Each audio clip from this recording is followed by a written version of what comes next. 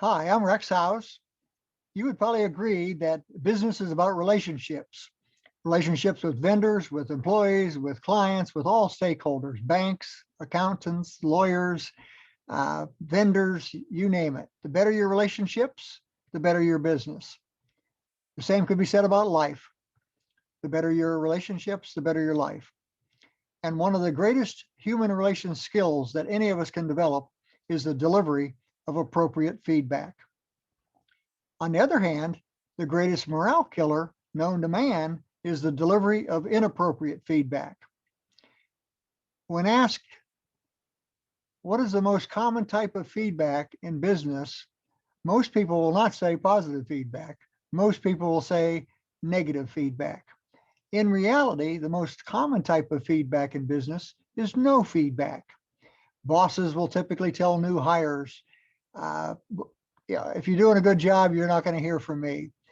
Just if you don't hear from me, you know you're doing a good job. If you screw up, I'm going to be in your face. Now, what kind of motivation is that? That's negative motivation for sure. Positive feedback builds, negative feedback destroys, and no feedback disrespects.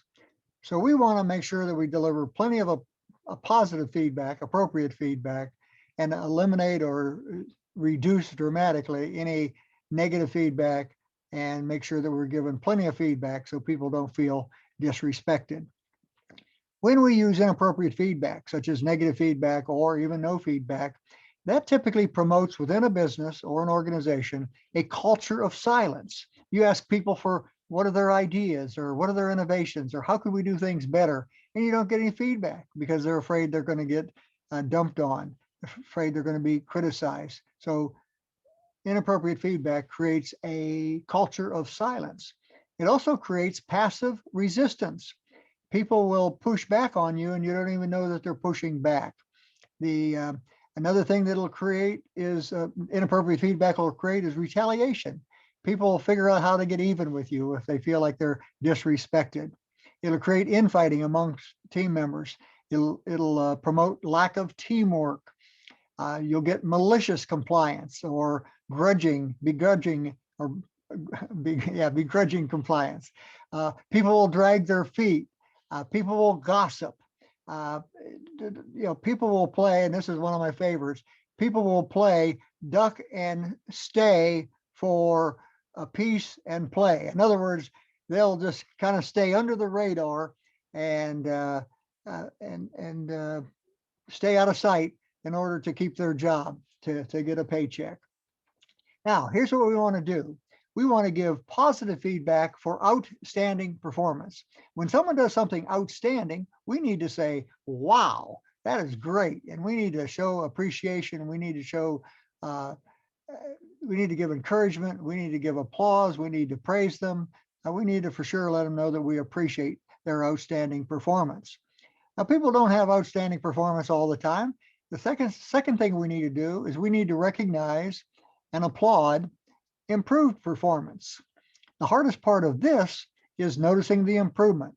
That's why it's important to pay attention, keep scorecards, have regular coaching sessions and huddles. And when you notice improvement, you need to applaud that. You need to encourage people. You need to thank them. You need to show your appreciation for their improved performance. And then the hardest of the bunch is to show appreciation, approval, applause, and encouragement for consistent performance. Someone comes in, they're on time, they're ready to play, they do a good job, make very few mistakes, if any, no problems, no maintenance issues. They're just fun to have around and good producers and create results, and they're consistent day in and day out. We need to show our appreciation. Maybe not daily, maybe not even weekly, but on a regular basis, we need to let them know that we appreciate them and that we care about them and that they're an important part of our team.